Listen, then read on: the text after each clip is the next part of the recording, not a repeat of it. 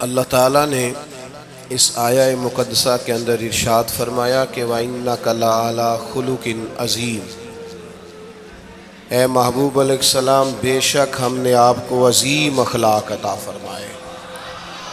آپ عظیم اخلاق پر ہیں، آپ خلق عظیم کے مالک ہیں۔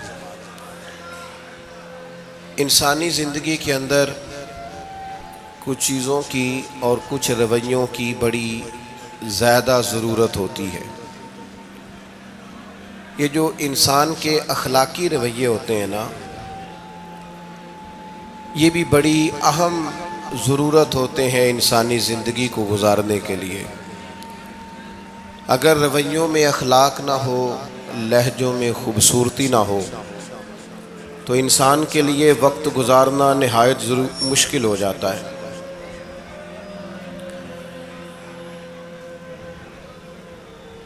اللہ تعالیٰ آپ کو جزائے خیر دے۔ میں دوستوں سے کہتا رہتا ہوں کہ کسی کھلی جگہ پہ احباب کے لیے بندوبست کیا جائے تاکہ لوگ تکلیف کا شکار نہ ہوں۔ پیار سے آ جاتے ہیں کئی ساری جگہوں پہ، بلکہ شاید ساری جگہوں پہ اب یہی مسئلہ بنتا ہے جگہ کا، لیکن اس وقت احباب بعض اوقات توجہ نہیں کرتے، پھر مشکل بڑھ جاتی ہے۔ اب تو جیسے ہے ویسے ہی رہے گا۔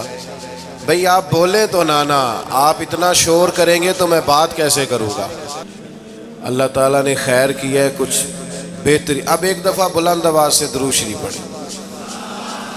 الصلاۃ والسلام علیک یا رسول اللہ وعلی آلک واصحابک یا حبیب اللہ، الصلاۃ والسلام علیک یا نبی اللہ وعلی آلک واصحابک یا نور اللہ۔ عزیز دوستو، میں یہ عرض کر رہا تھا کہ اللہ تعالیٰ نے نبی پاک علیہ السلام کے اخلاق کی تعریف کی ہے۔ ہمارے زمانے میں یہ رویہ ہو گیا ہے کہ اگر اخلاق کی، کردار کی کوئی بھی بات کی جاتی ہے تو لوگ سمجھتے ہیں شاید یہ ایک بیٹا آپ دو لوگ رہ گئے ہیں، یہاں تو آپ بیٹھ جائیں، پیچھے آپ کے سب اشارے دے رہے ہیں، آپ مہربانی کریں نا یار، میں نے تو کبھی اتنا ٹائم ہی نہیں لگایا جلسہ سیدھا کرنے میں، یہاں تو بڑی مشکل ہو گئی۔ اللہ آپ کو برکت دے، آپ تو بڑے ہی پیارے لوگ ہیں، آئے سارے پیار سے ہیں، پر وہ پیار میں جیتنا چاہ رہے ہیں ایک دوسرے سے۔ حالانکہ پیار میں جو مزہ ہارنے کا ہے نا، جتن جتن تے ہر کوئی کھیڈے تو ہارن کھیڈ فقیرا، جتن دا مل کوڈی پیندائی ہارن دا مل ہیرا۔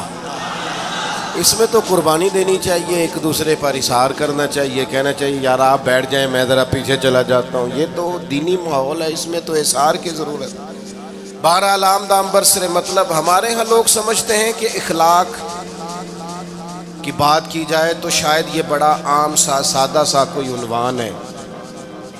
حالانکہ یاد رکھیے گا نبی پاک علیہ السلام نے فرمایا ہے میں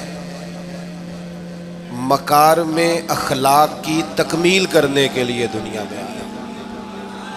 فرمایا میں اخلاق ہی کو تو مکمل کرنے آیا۔ اور نبی پاک علیہ السلام نے اخلاقی رویوں پر بہت زیادہ زور دیا ہے۔ حضور علیہ السلام فرماتے ہیں کہ قیامت کے دن میرے سب سے زیادہ قریب وہ شخص ہوگا جس کا اخلاق زیادہ اچھا ہوگا۔ ہمارے ہاں لوگوں نے اخلاق کا معنی بھی اپنی مرضی کا کیا ہوا ہے۔ بعض لوگوں کا خیال ہے کہ صرف میٹھا بولنا ہی اخلاق ہے، حالانکہ میٹھا بولنا بھی اخلاق ہے، لیکن صرف میٹھا ہی بولنا اخلاق نہیں۔ میٹھا تو لوگ اپنے مطلب کے لیے بھی بولتے ہیں، میٹھا تو اس لیے بھی بولتے ہیں کہ مجھے اب کام پڑ گیا، اور بعض لوگوں کی ٹریننگ ہوتی ہے اس لیے وہ میٹھا بولتے ہیں۔ آپ کسی بہت بڑے شاپنگ مال پہ چلے جائیں تو وہاں جو سیلز مین ہوتے ہیں ان کی ٹریننگ ہوتی ہے کہ انہوں نے بولنا ہی میٹھا ہے، گاہک جتنی مرضی تلخی کرے وہ تلخ نہیں ہوتے، میٹھا بولتے ہیں۔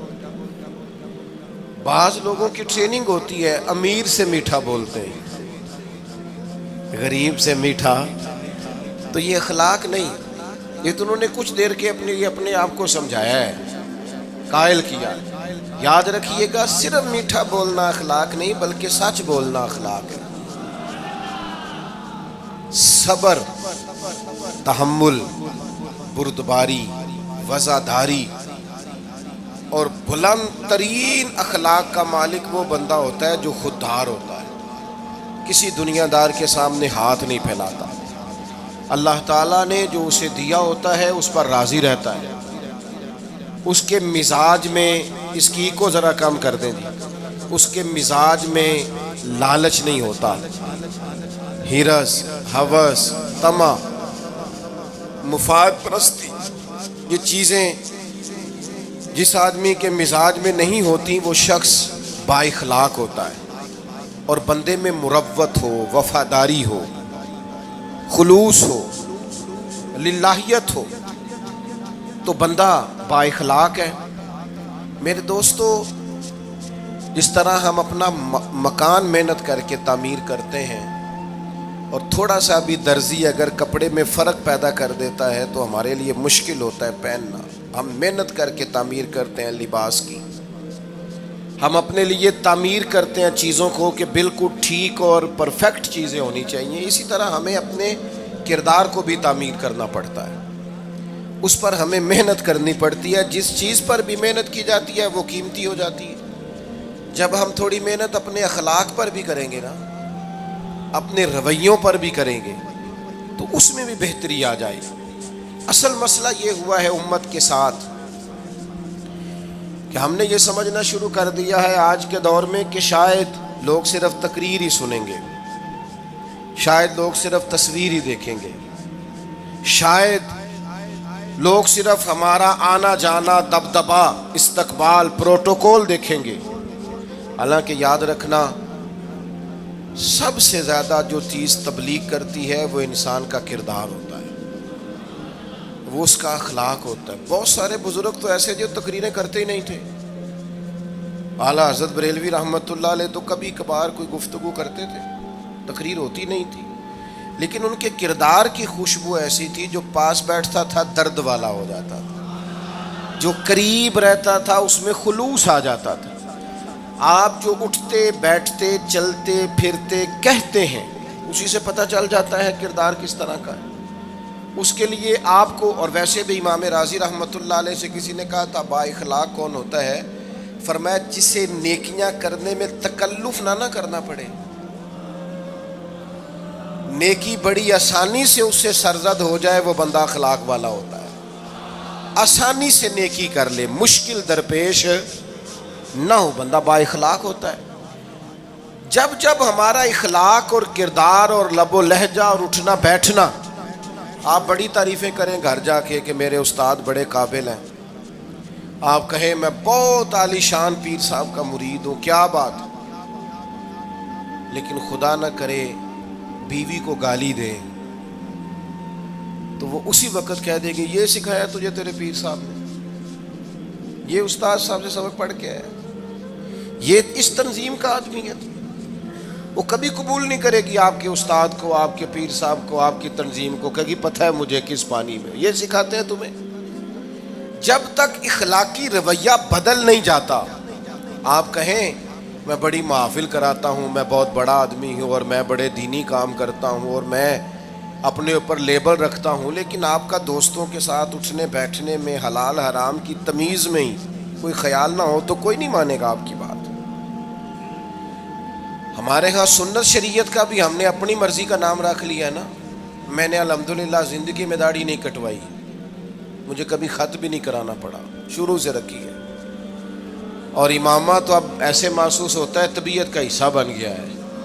یہ عظیم سنتیں ہیں رسول پاک کی، میری طرح کے ایسے لوگ بھی پہن لیں جو بالکل خوبصورت نہیں ہوتے تو داڑھی پگڑی سے وہ بھی کبھی کبھی اچھے لگنے لگ جاتے ہیں، لیکن صرف داڑھی اور پگڑی حضور کی سنت نہیں، یہ بھی آپ نے سچ غور کرنا ہے اس پر بھی۔ صرف دین کا لباس پہننا ہی حضور کا طریقہ نہیں، اخلاق اور کردار کو سمجھیں۔ حضور کی جو سنت سب سے پہلے لوگوں میں معروف ہوئی تھی، جس سے تعارف ہوا تھا، وہ تو صادق اور امین ہونا ہے۔ او بھائی سچ بولنا بھی تو حضور کی سنت ہے نا، دیانتدار رہنا بھی تو نبی پاک کا طریقہ ہے نا۔ آپ صرف ایک مخصوص لباس پہن لیں فقط اور باقی چیزوں سے آپ آزاد ہو جائیں گے، ہو سکتا، میں اکثر کہتا ہوں کہ مسواک لے کر دانت صاف کرنا بھی حضور کی سنت ہے اور دل صاف رکھنا بھی حضور کی سنت ہے.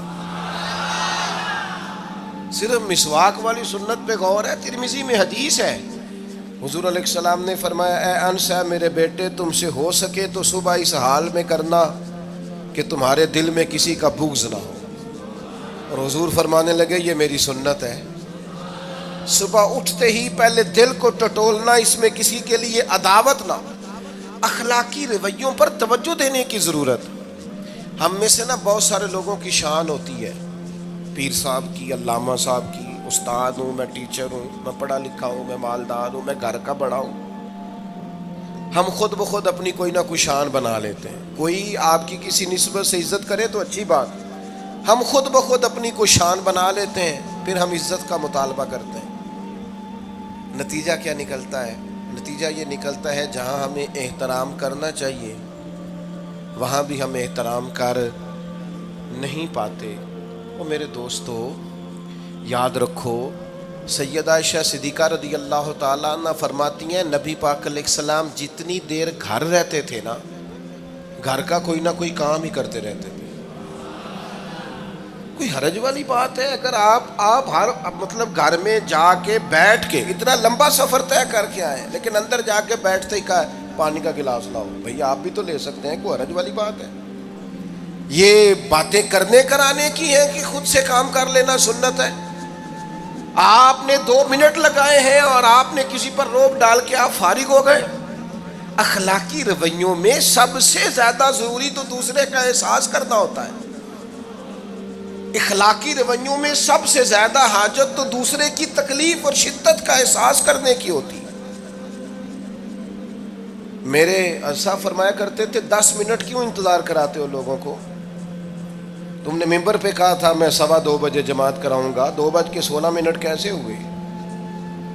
تمہیں اس کا پاس ہونا چاہیے تھا، تمہیں خیال ہونا چاہیے تھا کسی شخص کو کسی وجہ سے کوئی تکلیف، کوئی کسی اذیت کا شکار کیوں ہو، کوئی پریشان. میں اب تو الحمدللہ آپ اتنی بڑی تعداد میں آ گئے کہ جگہ آپ کے لیے مشکل ہو گئی، ورنہ شروع میں جب میں محافل کا ٹائم دیتا تھا تو میں وقت پہ چلا جاتا تھا. اگر کسی سے کہا ہے نا کہ 6 بجے آئیں گے تو 6 بجے چلے گئے. وہ کئی والی کار والے پوچھتے سن تسی آ بھی گئے ہو تو میں کہتا سانو تسی ویلے سمجھ لو. ہمارا مزاج نہیں ہے نا جی. بلکہ ایک تقریب میں مجھے دعوت دی گئی تو اس پہ لکھا تھا 6 بجے، تو میں وہاں پہنچا تو میزبان بھی نہیں آئے تھے.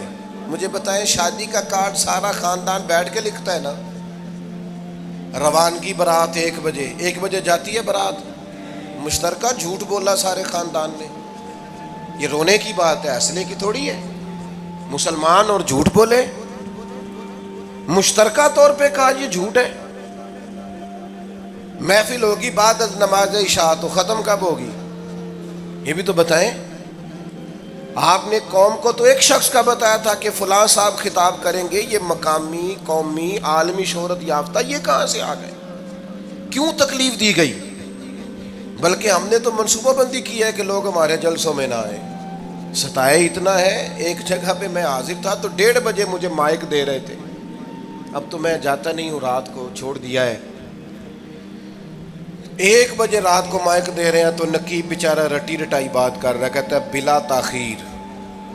میں نے کہا ابھی بھی بلا تاخیر ہے، کر لو تھوڑی تاخیر. خدا کے بندو ختم کرو، آدھے گھنٹے میں مسئلے کی سمجھ آ جاتی ہے، ایک پیغام دو، بات ختم ہو گئی. اتنا الجھاؤ اور اتنا بات کو کھینچنے کا معنی کیا؟ اپنے رویوں کے اندر. میں چلا گیا 6 بجے تو میزبان صاحب بھی نہیں آئے تھے، تو وہ تقریب کب شروع ہوئی؟ 9 بجے. تو میں نے ان سے کہا غور سے دیکھ لو کہیں میں تو نہیں الٹا پڑتا رہا، 9 اور میں 6 سمجھتا رہا ہوں. یہ چھوڑیں ان چیزوں کو. اپنی زندگی میں آپ نظم پیدا نہیں کریں گے تو کوئی کام کیسے کریں گے؟ حضرت حکیم الامت مفتی احمد یار خان صاحب نعیمی رحمۃ اللہ علیہ، مفتی صاحب رحمۃ اللہ علیہ جب جمعے والے دن الحمدللہ کہتے تھے نا تو پورا 1 بجا ہوتا تھا.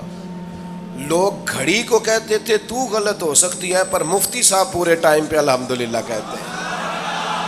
بلکہ ان کے بارے میں معروف ہے کہ وہاں ایک ذمہ دار تھا، بھینسوں کا دودھ دھوتے ہیں نا دیہاتی لوگ، تو عصر کی اذان سے 5 منٹ پہلے مفتی صاحب مسجد تشریف لے جاتے تھے. یہ اخلاق ہے، یہ آپ کا رویہ ہے، یہ آپ کا انداز ہے.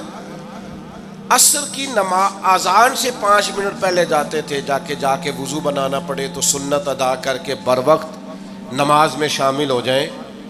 تو مفتی صاحب گزر جاتے تو وہ ذمہ دار اپنے بیٹے سے کہتا کہ اب آپ نا بچے کو چھوڑیں بھینس کے نیچے تاکہ ہم بھینسوں کا دودھ دھوئیں. تو ایک دن وہ بیٹا کہنے لگا ابا جی ابھی تو یہ سورج کھڑا ہے، عصر کا ٹائم کہاں ہوا ہے؟ تو کہنے لگا تو چھڑ دے کٹا، مفتی صاحب لانگ گئے نہیں، ٹائم ہو گیا ہے. یہ ہمارے بزرگوں نے ہمیں رویے سکھائے. آپ نظم والے ہوں، اخلاق والے ہوں، سچائی والے ہوں، دیانت داری والے ہوں، دوسروں کا خیال رکھیں، کسی کو تکلیف نہ ہو ہماری وجہ سے. پتہ ہے رسول پاک صلی اللہ علیہ وسلم کی بارگاہ میں آ کے عرض کیا گیا یا رسول اللہ یہ ہمارے امام صاحب بہت لمبی نماز پڑھاتے ہیں. صحیح حدیث میں موجود ہے، نماز ہی پڑھاتے تھے نا، قرآن ہی پڑھتے ہوں گے نا، کتنا اعزاز والا کام ہے. یا رسول اللہ یہ بہت لمبی نماز پڑھاتے ہیں. اللہ کے محبوب علیہ السلام نے بلا لیا اور لفظ پتہ کیا ہے؟ حضور فرمانے لگے میں لوگوں کو دین کے قریب کرتا ہوں، آپ دور کرتے ہیں. فرمایا جب بھی نماز پڑھائیں معتدل پڑھائیں. اور خود حضور کا عمل کیا ہے؟ حضور فرماتے ہیں جب میں نماز میں کھڑا ہوتا ہوں تو میرا دل کرتا ہے میں لمبی نماز پڑھاؤں. ہمارا جب کسی شے کو دل کرے تو ہم چھوڑتے ہیں، میرا دل کرتا ہے میں لمبی نماز پڑھاؤں. لیکن حضور فرماتے ہیں پھر پیچھے سے کسی بچے کے رونے کی آواز آتی، میں سوچتا ہوں اس کی ماں پریشان ہوگی، میں نماز مختصر کر دیتا. اور میرے بھائیوں نماز میں بھی لوگوں کا احساس، ہماری طبیعت ہی نہیں رہی. کوئی آدمی ہارن دے رہا پیچھے سے اور سامنے گاڑی میں 2 بندے کھڑے، گاڑی مین روڈ پہ کھڑے کر کے باتیں کر رہے ہیں، اور وہ ہارن بجا رہا ہے تو کہتے ہو ٹھہر جا آگ بجھانی ہے جا کے. ایک تو آپ نے اتنا ظلم کیا کہ آپ نے روڈ بند کیا، اور دوسرا اخلاقی رویہ یہ ہے. اور میرے بھائی یہ بھی بد اخلاقی ہے کہ آپ اپنا موٹر سائیکل مین روڈ پہ کھڑے کر کے دکان پہ چلے جائیں، لوگوں کو تکلیف میں ڈالیں گے. اسلام اس کی اجازت نہیں دیتا. رستوں کے نشان مٹانے والے کو نبی پاک نے تنبیہ فرمائی، کسی کو تکلیف ہو، اذیت ہو. اور بعض لوگ سمجھتے ہیں کہ میں نے پریشر میں رکھی ہوئی ہے دنیا، ڈرتے ہیں لوگ مجھ سے. جو ڈر کے عزت کرتا ہے وہ خوف کھاتا ہے، اور جو محبت سے تجھے سلوٹ کرتا ہے وہ تیرا احترام کرتا ہے. بعض لوگ کسی کے شر سے بچنے کے لیے بھی اسے سلام کرتے ہیں، وہ عزت نہیں ہوتی، وہ عزت نہیں ہوتی کہ یہ تو رٹا ڈال دے گا. اپنے اخلاقی رویے ہمیں اللہ کے محبوب سے سیکھنے، حضور سے خیرات لینی ہے. اخلاق اسما ہم نے اپنے آپ کو سمجھنا ہے، ہم نے اپنے مزاجوں میں تبدیلی پیدا کرنی ہے، بالخصوص بزرگوں کے معاملے میں، بڑوں کے معاملے میں. جیسے جیسے انسان ضعیف ہوتا جاتا ہے نا، حساس ہوتا جاتا ہے، اسے باتیں تکلیف دینے لگتی. وہ ایک بوڑھی اماں ایک دفعہ مجھے کہنے لگی کہ آپ میرے بچوں سے کہہ دیں خرچہ پا میں تھوڑا دین کرن، میرے نال بولن صحیح کرن. وہ جب اپنی بیویوں کے سامنے میرے ساتھ تھوڑا والیوم اونچا کر کے بات کرتے ہیں آواز کا تو مجھے تکلیف ہوتی ہے. اپنا رویہ، لہجہ، اس پر غور ہو. جوانی میں ہی تو برداشت کرنا ہوتا ہے. اپنے مزاج کو کبھی بکھرنے اور ٹوٹنے نہ دیں. اور سب سے زیادہ بندے کا پتہ ہی تب چلتا ہے جب کوئی اسے پورا غصہ دلائے، جو پھر کنٹرول کرے، وہی تو کمال آدمی ہوتا ہے. آ کے کہا گیا تھا نا نبی پاک علیہ السلام کو کہ یا رسول اللہ وہ معاذ اللہ ان لفظوں کے ساتھ تانا و تشنیع کرتے ہیں، نقل کفر نہ باشد. تو حضور فرمانے لگے وہ پتہ نہیں کس کی باتیں کرتے ہیں، مجھے تو اللہ نے محمد بنا کے بھیجا، میں تو محمد ہوں، اور محمد ہوتا ہی وہ ہے جس کی تعریفیں ہوں. وہ پتہ نہیں کس کی باتیں کر رہے ہیں، چھوڑو. وہ پتہ نہیں اس کی بات کر رہے ہوں گے جس کا وہ معاذ اللہ نام بگاڑتے ہیں. میرے عزیز تھوڑا سا برداشت، اور آپ جملوں سے غور کریں، کسی کے لہجے سے غور کریں کہ وہ بندہ کہیں تکلیف میں تو نہیں، آزمائش میں تو نہیں. میں پہلے مختصر تقریر کرنا چاہ رہا تھا، اب آپ لوگوں نے اور مختصر کرا دیا مجھ سے، تو میں بس بات کو سمیٹنے لگا ہوں، آپ غور فرمائیں گے۔ ایک دن نبی پاک علیہ السلام نے سید عائشہ صدیقہ رضی اللہ تعالیٰ عنہ سے فرمایا، حضور فرمانے لگے عائشہ جب آپ مجھ سے خوش ہوتی ہیں تب بھی مجھے پتہ چل جاتا ہے، اور جب آپ کے دل میں کوئی بات ہوتی ہے تب بھی پتہ چل جاتا ہے۔ تو سیدہ پاک عرض کرنے لگی حضور مجھے میری ماں روئے میں اور آپ سے ناراض، تو کریم فرمانے لگے بتاؤں پھر؟ یا رسول اللہ فرمائیے۔ حضور فرمانے لگے عائشہ آپ کبھی کبھی قسم اٹھاتی ہیں؟ یا رسول اللہ اٹھاتی ہوں۔ فرمایا جب آپ خوش ہوتی ہیں تو کہتی ہیں مجھے رب محمد کی قسم، اور جب دل میں کوئی بات ہوتی ہے پھر کہتی ہو جناب ابراہیم خلیل کے رب کی قسم، پھر حضرت ابراہیم کی نسبت سے قسم اٹھاتی ہو۔ تو جناب عائشہ کہتی ہیں حضور کی بات سن کے جو میرا حال تھا میں بتا نہیں سکتی۔ یا رسول اللہ آپ اتنا خیال کرتے ہیں، یہاں تک خیال فرماتے ہیں کوئی کیا بول رہا ہے؟ کہتی میں نے فوراً عرض کی کہ یا رسول اللہ مجھے رب محمد کی قسم ہو، میری زبان سے نام ہی جاتا ہے، میرے دل میں آپ ہر وقت موجود رہیں گے۔ دل میں آپ احساس پیدا کریں گے، آپ تھوڑا سا غور کریں، آپ کسی کی تکلیف کے بارے میں حساس ہوں گے۔ میرے بھائی پتہ کیا ہوتا ہے، 2 منٹ کا غصہ ہوتا ہے ہمارا، اور کئی دفعہ عمر بھر کا پچھتاوا چھوڑ جاتا ہے۔ ہمیں احساس ہوتا ہے ہم سے غلطی ہو گئی، ہمیں خیال ہوتا ہے کہ یہ لفظ مجھے کہنے نہیں چاہیے تھے، پر ہم سے سرزد ہو جاتے۔ میں ذاتی طور پہ آپ سے ایک بات عرض کروں، یہ میں ابھی آیا ہوں نا تو دوست پکڑتے ہیں دوڑتے ہیں، خیر اب فرق بھی ہے پکڑنے والے میں، پہلے دعا لینے والے ہوتے تھے اب سارے فوٹو لینے والے ہوتے ہیں، یہ بھی مسئلہ ہے۔ اور بعض لوگوں کو فوٹو چاہیے ہوتی ہے، باقی جو ہوتا ہے ہو جائے، اس سے غرض نہیں ہوتی۔ میں نے بہت ساری جگہوں پہ جانا چھوڑ دیا ہے، اس کی وجہ یہ ہے کہ میری وجہ سے لوگوں کو تکلیف ہوتی ہے۔ اب میں یہاں موجود ہوں، یہاں سے مجھے آگے بڑھنا ہے، اب جہاں مجھے آگے جانا ہے وہ مجھے اس بات کی اجازت نہیں دے رہی چیز جہاں مجھے پہنچنا ہے کہ میں رکوں اور ایک ایک آدمی سے ملوں۔ جہاں ہمیں کہیں اور جانا ہوتا ہے وہ یہ تو پوچھتے ہی نہیں کہ آپ نکلے ہیں کہ نہیں نکلے، وہ تو کہتے ہیں کتنے پہنچے ہو۔ اب اتنی گنجائش نہیں ہوتی، لوگ آ رہے ہوتے ہیں۔ میں داتا صاحب رحمۃ اللہ علیہ چلا گیا حاضری دینے کے لیے، اس قدر دوڑ دھوپ ہوئی، لوگ اس طرح بھاگے، ظاہر ہے کچھ قرآن مجید پڑھ رہے ہوں گے، کچھ عبادت کر رہے ہوں گے۔ کئی دنوں تک میری طبیعت پہ بوجھ بنا رہا کہ تیری وجہ سے لوگوں کو تکلیف۔ بہت ساری جگہوں پہ نہیں جاتا، سائیڈ پہ ہو جاتا۔ کیوں؟ تکلیف ہوتی ہے لوگوں کو، پریشانی ہوتی ہے۔ ہمارا یہ تو مزاج ہے نہیں الا ماشاء اللہ کہ ہم کسی معاملے میں حالات کی نزاکت کو بھی سمجھیں گے، لیکن وہ چیزیں بوجھ بن جاتی ہیں بعض اوقات، اور یہ بوجھ ہمیں لینا چاہیے۔ ایک ہے کہ ہم لذت کشید کریں کہ دیکھا لوگ کیسے بھاگ رہے ہیں، اوہ کیا بات ہے، یہ نفس کے لیے تسکین ہے پر تھوڑی دیر کی۔ اخلاقی رویہ یہ نہیں ہے، اخلاقی رویہ یہ میں نے ان دو کام ہو جائے، لوگوں کو تکلیف ہوتی ہے، بعض بزرگ اپنا آپ سمیٹ بھی نہیں پاتے بیچارے اور اذیت میں آ جاتے ہیں۔ تو میرے عزیز کچھ تھوڑا سا ہمیں اس بات کا بڑے مجموع میں آنے جانے میں بھی خیال رکھنا چاہیے کہ یار آپ گزر جائیں ذرا پیار سے، پہلے میں ہمت ور رکھتا ہوں، میں تھوڑی دیر کے بعد آ جاؤں۔ لیکن وہ ہمارے ہاں بس میں چڑھنا ہو، کسی اجتماع سے نکلنا ہو، جانے ہمیں کیا ہو جاتا ہے۔ اور پروٹوکول والوں کو بھی چاہیے کہ تھوڑی دیر کے لیے پروٹوکول چھوڑ دیں، وہ بھی ذرا سادگی سے ہو جائیں، کچھ فرق پڑتا۔ جب تک ہم یہ احساس پیدا نہیں کرتے ہمارا اخلاق درست ہو سکتا، اپنے اندر بالخصوص اور تھوڑی دیر کا غصہ ہوگا آپ کا، پچھتاوا چھوڑ جائے گا۔ اس غصے کو چھوڑ ہی دیں، تھوڑی دیر کے لیے 2 منٹ کے لیے چھوڑ دیں، کوئی سخت بات ہی کرے گا نا برداشت کریں۔ حضرت عمر بن عبدالعزیز گزر رہے تھے، رات کا وقت تھا، لکڑی کے جوتے پہنے ہوئے تھے، کھڑاؤں جن کو کہتے ہیں۔ ایک بزرگ فٹ پاتھ پہ سوئے ہوئے تھے، جناب عمر بن عبدالعزیز کا پیر آ گیا، بابا جی کے پیر۔ کیا کہتے ہیں اس طرح کا معاملہ ہو تو لوگ اندھے ہو، یہی کہتے ہیں نا، ٹکر ہو جائے اچانک تو کہتے ہیں اندھے ہو. اس بندے نے بھی کہا فوراً اٹھتے ہی، اندھے ہیں آپ، میرا پیر دبا دیا.